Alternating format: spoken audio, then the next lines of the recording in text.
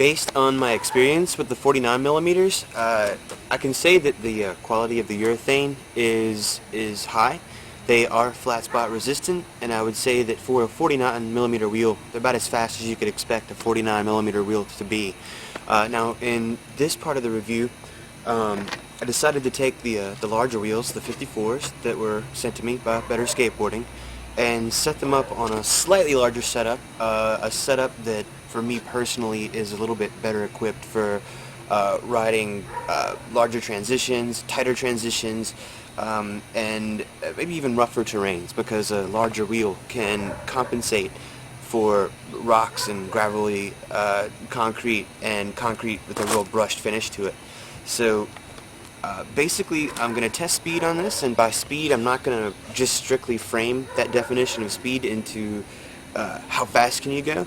I also want to let the term speed apply to rolling through terrain that might otherwise stop you or slow you down. Again, going back to gravelly or just really poorly finished concrete. So we're going to go and knowing that the wheels are durable, we're just going to see how they perform in a speed test. So see you skating.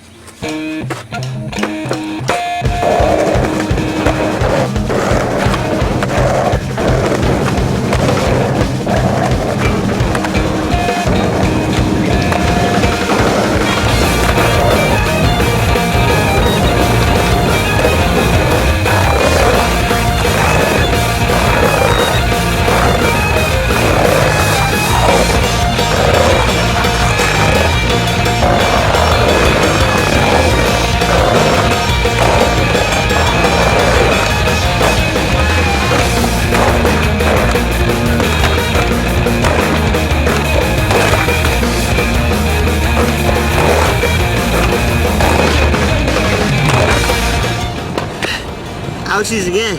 Brick paper cut.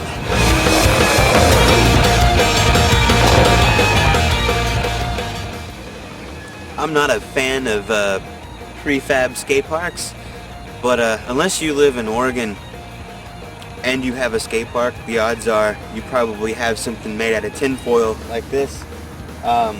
So gonna use it as a terrain, since some of you that have skate parks might be able to relate to something like this, unfortunately.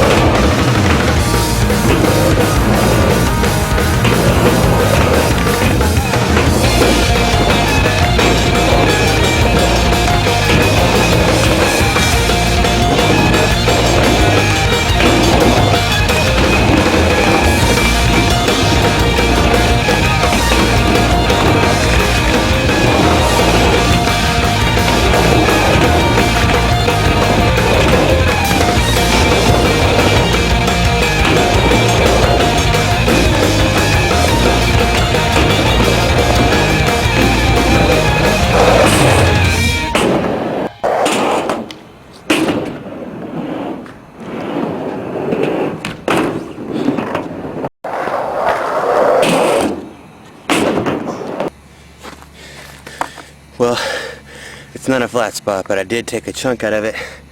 But besides maybe the occasional sound, I don't anticipate really an effect on the ride. Well, actually I don't know. Got a little chunk right there. I do hear stuff, but they're riding fast. I must have done these at the wall and not realized it. Hey, what's up? I really wanted to give you guys another song's worth of skateboarding on film, of me trying to abuse the hell out of the wheels. But I sprained my ankle yesterday, and looks like I'm going to be off my board for a couple of weeks at least. I have a big fleshy egg hanging off the side of my foot right now. So, but that's, you know, that comes with skateboarding. And to anybody that decides to quit skateboarding because you get hurt, we didn't need you anyway. But anyway, on the wheels, I like them. As you had seen, I had taken some chunks out of them, but I really attribute that more to skating the wall and maybe doing some really weird slides in the wall, because I'm referring, of course, to the brick transitions you saw me on earlier. Those things can be a cheese grater. Like, here's some bones SPFs, and as you can see, I've done the same thing to them, so most people wouldn't doubt the quality of the Bones wheel. Some people may comment on the fact that they feel plasticky, but really these are good wheels too. As far as my experience with Better Skateboarding wheels, I would put them up there with Bones SPFs and STFs as far as quality. Another urethane that I like is the new Spitfire F1 Street Burners. I've been riding those a lot on my personal board, and I would put the Better Skateboarding urethane up there into that tier of quality.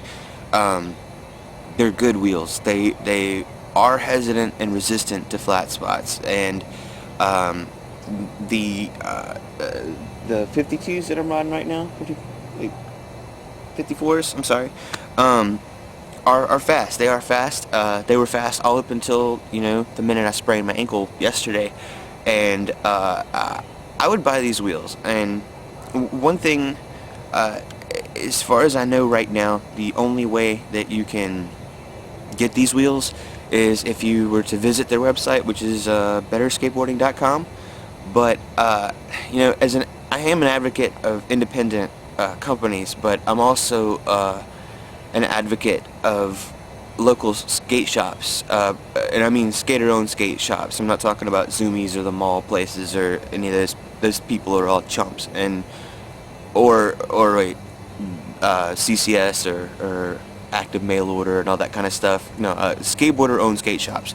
I think that these wheels would be worthy enough to be sold in a core skate shop. And I say that because most core skate shops are known because they sell products that they back, and if Better Skateboarding decides to go into any distribution, then yeah, I would hope that they would try to push their wheels onto some real skate shops, because I think they make a good product. The chunks didn't slow me down. Like I say, I've been hauling ass all over the place on them. If I were a Joe consumer walking into a skate shop and I came across these wheels, I would pick them up based on the experience that I've had on them. Hopefully that experience is consistent. And if it is consistent, then I can say if you were to purchase a set of Better Skateboarding wheels, then you're probably going to have a good experience. And if you're just a regular street skater, I think you're going to find that the wheels have a good slip-to-grip ratio. Well, they also have a good slip-to-grip ratio in a park setting, on whatever park style that you're riding. And then again, they ride really good on crappy surfaces too, because I rode them on brushed concrete. The smaller ones I rode at the concrete park that we have here, which is like beautiful dreamland smoothness. Ridden these things on crappy metal, the prefab skate park earlier, and I say on all surfaces it makes for a good all-around wheel. I think the durometer on these, I really do think that they're probably around a 98 to a 99, but there is no real, they don't put specs on the durometer on the wheels, so I can't be sure, but it doesn't really matter. The durometer is just a number. It's all about how they feel, and they feel good. So if you're in the market for some wheels, I think that they're worth checking out. I think that they make a good product, and that's really all I can say. I'll be healing up and hope to talk to you soon. Thanks.